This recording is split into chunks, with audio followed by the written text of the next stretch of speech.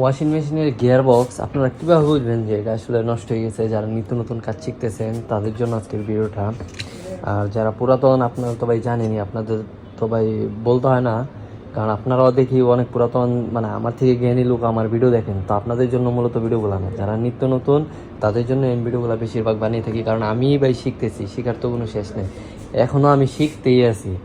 তো যাই হোক, যারা নতুন, যে গিয়ার বক্স কীভাবে বুঝবেন যে এটা আসলে কীভাবে নষ্ট হয়ে গেছে, যে এটা চেঞ্জ করতে হবে।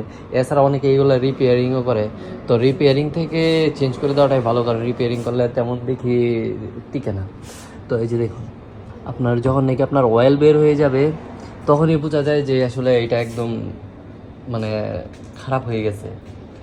তো এই গিয়ার বক্সটা একটু খুলে আপনাদের দেখাই। এটা হলো একটা চায়না ওয়াশিং মেশিনের। তো চায়না ওয়াশিং মেশিনেরগুলা আবার আপনার এই পাখাগুলা খোলা যায় না, এগুলা কাইটা তারপরে খুলতে হয়। মানে সবগুলার না, কিছু কিছু মডেল আছে ওইগুলো আর কি পাখা কাইটা তারপরে খুলতে হয়। তো এটা দেখুন ভিতর থেকে একদম অয়েল বের হয়ে গেছে। এই যে দেখুন এখানে স্প্রিং আছে, স্প্রিং থেকে যত অয়েল আছে বের হয়ে গেছে। আর যে সমস্ত নতুনগুলো থাকে ওইগুলোতেও মানে অয়েল আর কি বের হয়। তো এই চায়না ওয়াশিং মেশিনগুলা 3 থেকে 4 বছর সর্বোচ্চ চলে আর কি। আর যারা একটু মানে আপনার